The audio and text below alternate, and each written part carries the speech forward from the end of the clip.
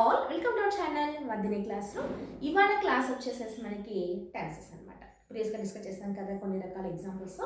So మనకి even spoken ఇంగ్లీష్లో perfectness రావాలి అన్నా, గ్రామర్లో కూడా మనకి కొద్దిగా అంటే 50% వరకు మనకి అవగాహన కలగాలన్నా కానీ ఫస్ట్ మనకి టెన్సెస్ తెలిసి ఉండాలి. అంటే టెన్సెస్ వచ్చాయంటే మీకు కాన్ఫిడెంట్గా ఆల్మోస్ట్ 50 కాదండి 70% వరకు కూడా ఇంగ్లీష్ ఈజీగా మీరు మాట్లాడగలరు అనమాట.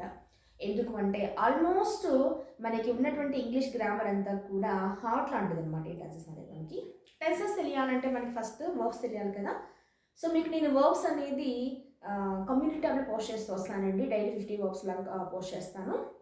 సో ముందుగా టెన్సెస్ అంటే ఏంటంటే కాలాలు. సో ప్రజెంట్ నేను మాట్లాడుతున్నాను, I'm talking or I'm speaking అని చెప్తూ ఉంటాము. అంటే ప్రజెంట్ వర్తమానం గురించి మాట్లాడుతున్నాను అనమాట. అలా కాకుండా నేను ఆల్రెడీ మాట్లాడాను, లేదా నేను చెప్పాను, నేను చేశాను, లేదా నేను చేస్తాను అంటే ఫ్యూచర్లో అనమాట. ఒక పనిని గతంలో జరిగిందా, ప్రస్తుతం జరుగుతుందా, లేదా భవిష్యత్తులో జరుగుతుందా అన్నప్పుడు ఈ టెన్సెస్ మనం వాడుతూ ఉంటాం. అదేవిధంగా జరుగుతూ ఉందా, జరిగిపోయిందా, ఇప్పుడే జరిగిందా, ఆల్రెడీ ఎప్పుడో జరిగిందా, లేకపోతే ఆల్రెడీ గతంలో స్టార్ట్ అయ్యి ఇంకా అది కంటిన్యూ అవుతూ ఉందా, భవిష్యత్తులో జరుగుతుందా, లేదా ఇది ఒక హ్యాబిచువల్ యాక్షన్గా ఉందా, అంటే ఇది అన్కండిషనల్ అంటే అన్చేంజింగ్ కండిషన్ అంటాక అలా ఉంటుందా, ఇది ఒక హ్యాబిట్, ఇవన్నీ కూడా మనకి ఈ టెన్సెస్లో కవర్ అయిపోతాయి అనమాట. మన టెన్సెస్ మెయిన్గా మనకి 3 టైప్స్ ఉంటాయండి, మనకు తెలిసిందే తెలుగులో కూడా.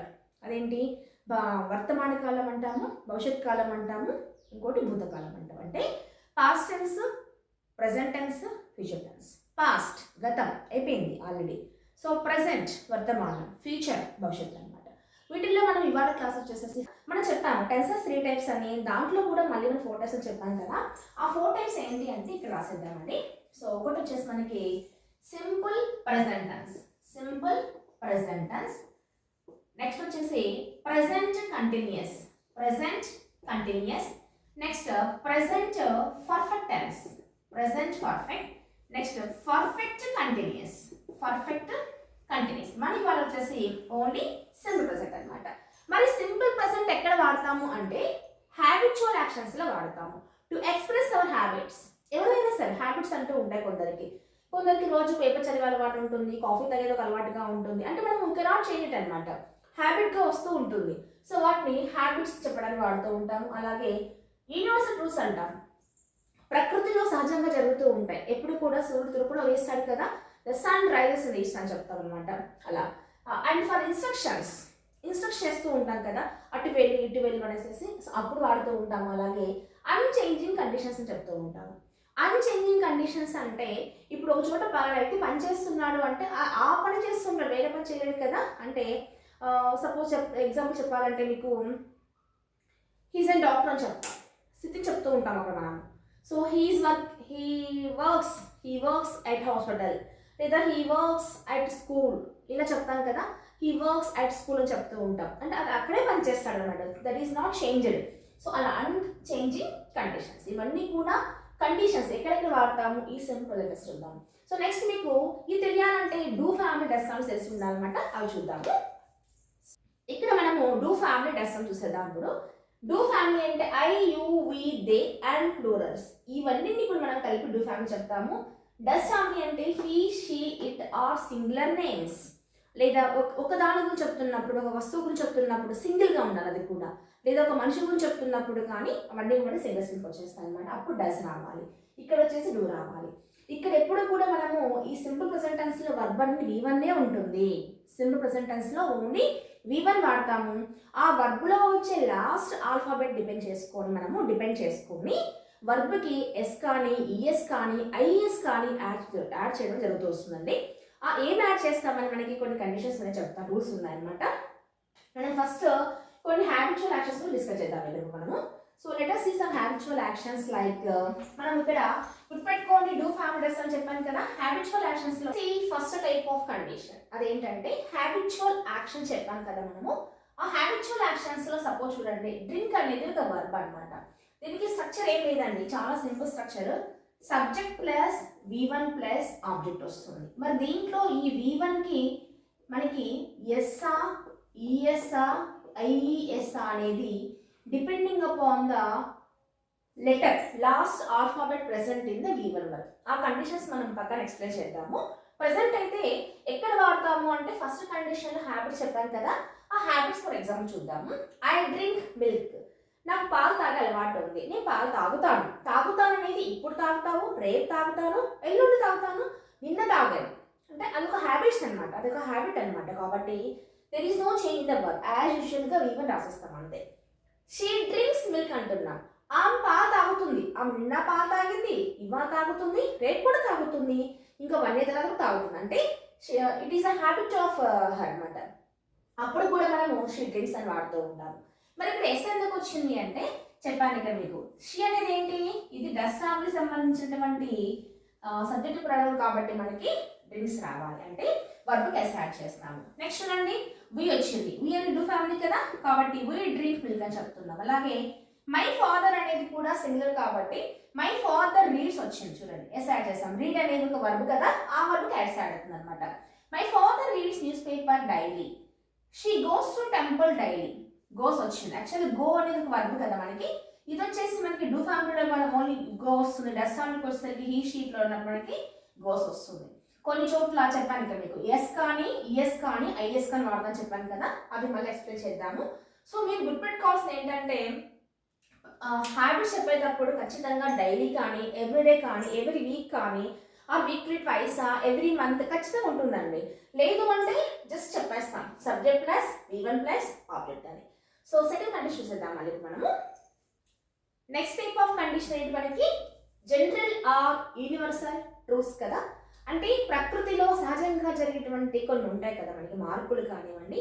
ప్రతిరోజు మనకి సూర్యుడు తూర్పును ఉదయిస్తాడు, అలాగే మనకి వెస్ట్న అస్తమిస్తాడు. ఇది ఫిక్స్ కదా, దెర్ ఈస్ నో చేంజ్ అనమాట. వాటిని ఏం చెప్తాము, యూనివర్సల్ ట్రూత్స్ అని చెప్తాం అనమాట. సో ఇక్కడ చూడండి, the sun rises in the east అని చెప్తున్నాం. The sun rises in the east. మరి ఇక్కడ సన్ ముందర దా ఎందుకు వచ్చింది, ఈస్ట్ ముందర ఎందుకు వచ్చింది అంటే అది వేరే విషయం, ఆర్టికల్స్ మనం డిస్కస్ చేద్దాము. The sun rises in the east. So rise అనేది ఒక వర్బ్, ఇక్కడ ఎస్ ఆడేది కదా. ఎందుకు, ద సన్ అనేది ఏంటి సింగులర్ కదా, కాబట్టి థర్డ్ పర్సన్ సింగులర్ వచ్చినప్పుడు వర్బ్ కి V1 కి ఎస్ యాడ్ అవ్వాలి. The sun rises in the east. అలాగే the earth revolves. Actual revolve అనేది ఒక వర్బ్, ఎస్ అనేది యాడ్ అవుతుంది అనమాట. The earth revolves around the sun. The earth revolves around the sun అంటే భూమి ఎప్పుడు కూడా ఏం చేస్తుంది, సూర్యుడు చుట్టూ తిరుగుతూ ఉంటుంది కదా, అదనమాట. The sun sets in the west. ఎప్పుడు కూడా సూర్యుడు ఎక్కడ అస్తమిస్తాడు, వెస్ట్ లో కదా. The sun sets in the west. Subject V1 plus object అనమాట. నెక్స్ట్ చూడండి, the water boils at 100 degrees. ఇది బాయిల్ అనేది ఒక క్రియ కదా మనకి, అంటే వేడెక్కడం కదా. So the water boils at 100 degrees. ఇది మనము ట్రూత్ గా చెప్పొచ్చు, అదే విధంగా అన్చేంజింగ్ కండిషన్ చెప్పొచ్చు అనమాట. వాటర్ అనేది బిలో 100 degrees ఎప్పుడు బాయిల్ కాదు కదండి. సో అట్ 100 degrees అనేది అది అన్చేంజింగ్ కండిషన్ అనమాట. అప్పుడు చెప్పుతుంది ఎగ్జాంపుల్ కాబట్టి. The water boils at 100 degrees centigrade చెప్తాం. అదే విధంగా ద వాటర్ ఫ్రీజెస్, ఇది కూడా చెప్పొచ్చు. The water freezes at 0 degrees centigrade, అది కూడా చెప్పొచ్చు అనమాట. సో ఇవన్నీ కూడా జనరల్ ఆర్ యూనివర్సల్ ట్రూత్స్ కి సమ్ ఎగ్జాంపుల్స్. నెక్స్ట్ కండిషన్ చూద్దాము. థర్డ్ కండిషన్ వచ్చేసి అన్చేంజింగ్ కండిషన్స్ కదా. అన్చేంజింగ్ కండిషన్స్ అంటే నేను సపోజ్ ఉన్నాను, నేను ఒక స్కూల్లో వర్క్ చేస్తున్నాను అనుకోండి, ఏం చెప్తాము, ఐ వర్క్ ఇన్ స్కూల్ లేదా ఐ వర్క్ అట్ స్కూల్ చెప్తాము. అదేవిధంగా అతను హాస్పిటల్లో పనిచేస్తున్నాడు అన్నప్పుడు he works at hospital. He works రావాలి, వర్క్ కి ఎస్ యాడ్ చేయాలి. Next I live in Kurnool. నేను కర్నూలులో ఉంటాను, ఎక్కడికి వెళ్ళను. దిర్ ఇస్ నో చేంజ్ అనమాట. కాబట్టి అన్చేంజింగ్ కండిషన్ లో కూడా మనము దీన్ని simple present subject plus V1 plus S వచ్చింది, depending upon the subject pronoun plus object వచ్చేస్తుంది. ఓకే, నెక్స్ట్ మనము ఇంకో కండిషన్ ఉంది కదా, అది చూసేద్దాము.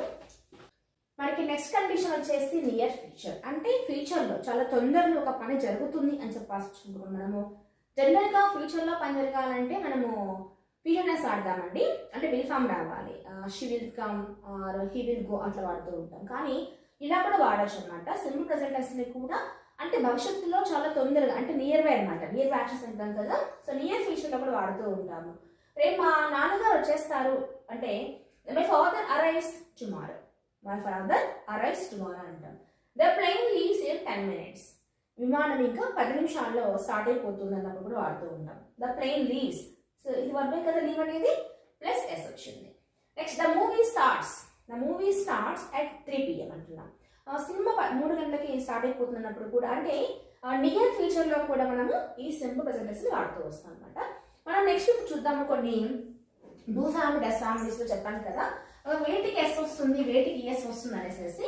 జనరల్ గా సింగులర్స్ ఉన్నప్పుడు, అంటే he she it or singular names ఉన్నప్పుడు ఎస్ వచ్చి చెప్పాను కదా. అలాగే మరి ఎస్ ఎప్పుడు వస్తుంది అంటే, సపోజ్ ఏదైనా verb like catch, catch or teach, ఇవి ఎలా ఉన్నాయి, ఇట్స్ ఎండింగ్ విత్ హెచ్ అనమాట. ఈ విధంగా క్యాచ్ కానీ టీచ్ కానీ అనుకోండి, మనం చెప్పేటప్పుడు సబ్జెక్టివ్ ప్రొనౌన్స్ ఒకవేళ హీ షీ ఇట్ వాడామనుకోండి, he she it are singulars వచ్చినప్పుడు వీటికి ఇటువంటి టైప్స్ ఆఫ్ వర్బ్స్ వచ్చాయంటే వర్బ్ లో ఉన్న లాస్ట్ లెటర్ కనుక హెచ్ తో ఎండ్ అయింది అంటే మనకి ఈఎస్ యాడ్ అయిపోతుంది అనమాట. హీ క్యాచెస్, షీ క్యాచెస్ అంటాము, షీ టీచర్స్ అనాలన్నమాట. షీ టీచ్ అనకూడదు. ఐ టీచ్ వస్తుంది. సపోజ్ మీరు ఐ తీసుకున్నట్లయితే ఖచ్చితంగా టీచ్ అనేది వచ్చేస్తుంది. యాజ్ యూజువల్ గా there is no change at all. Okay, so I కానీ యూ కానీ వి కానీ దే కానీ ప్లస్ ఏదొచ్చినా కానీ యాజ్ యూజువల్ వచ్చేస్తుంది. బట్ సబ్జెక్టివ్ ప్రొనౌన్స్ అనేటువంటి హీ షీ ఇట్ అంటే థర్డ్ పర్సన్ సింగిల్స్ వచ్చినప్పుడు మాత్రము ఖచ్చితంగా వర్బ్ అనేది హెచ్ తో ఎండ్ అయితే కనుక లాస్ట్ ఆల్ఫాబెట్ దానికి మనకి ఈఎస్ యాడ్ అవుతుంది అనమాట. మీకు ఇదే కాకుండా సమ్ వర్బ్స్ లైక్ గో ఉంది. సో గో ఆర్ కమ్, ఇవి దేంతండి మనకి సారీ కమ్ ఇది కదండి గో. సో గో వచ్చింది అనుకోండి, ఇది కూడా అంతే, ఖచ్చితంగా ఈఎస్ యాడ్ అవుతుంది. Goes, he goes, she goes, it goes అని చెప్తూ ఉంటాం. ఐ మాత్రం యాజ్ యూజువల్ గోనే వచ్చేస్తుంది అనమాట. సో ఈ విధంగా ఈఎస్ అనేది మనకి డిపెండింగ్ అపాన్ ద వర్బ్ లో లాస్ట్ లెటర్ డిపెండ్ చేసుకొని వస్తూ ఉంటుంది.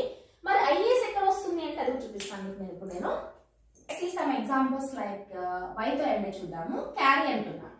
So carry, cry. సో వీడు ఏమున్నాయి, ఈ వర్బ్ లో లాస్ట్ లెటర్ మనకి వై ఉంది కదా, ఇలా వైతో ఎండ్ అయ్యే వర్బ్స్ వచ్చినప్పుడు మనము దీనికి ఐఎస్ యాడ్ చేస్తాం. ఇప్పుడు హీ షీ ఇట్లా వచ్చినప్పుడు యాజ్ యూజువల్ గా హీ షీ ఇట్లా వచ్చినప్పుడు మనకి క్యారీస్ వస్తుందండి. CRARIS వస్తుంది, అంటే వై ప్లేస్ లో ఐస్ వచ్చింది అనమాట.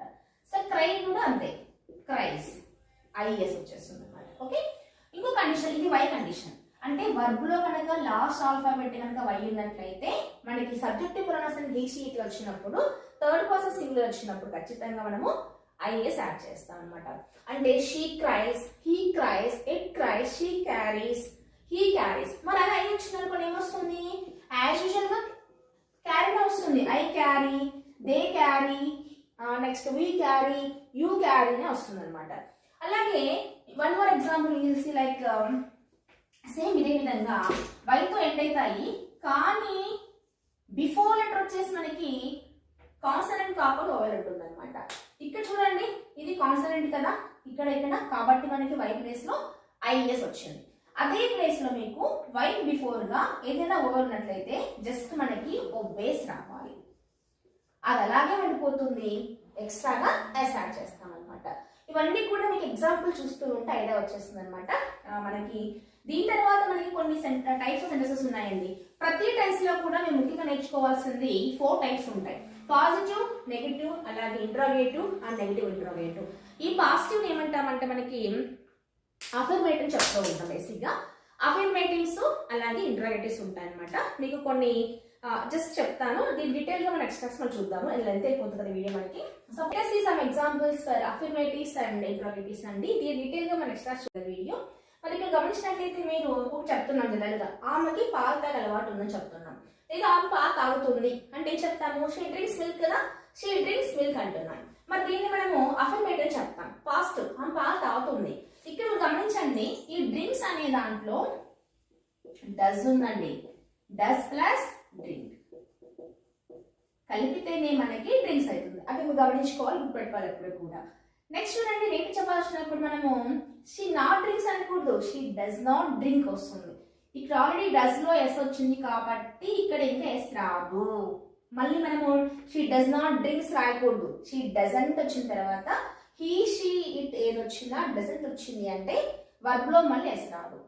Okay, she doesn't drink milk. ఈ రెండు కూడా మనకి అఫర్మేటివ్ చెప్తాం, పాజిటివ్ నెగటివ్స్. అలాగే ఇంట్రాగేటివ్ లో మరి పాజిటివ్ లో మనం క్వశ్చన్ చేయాలి కదా.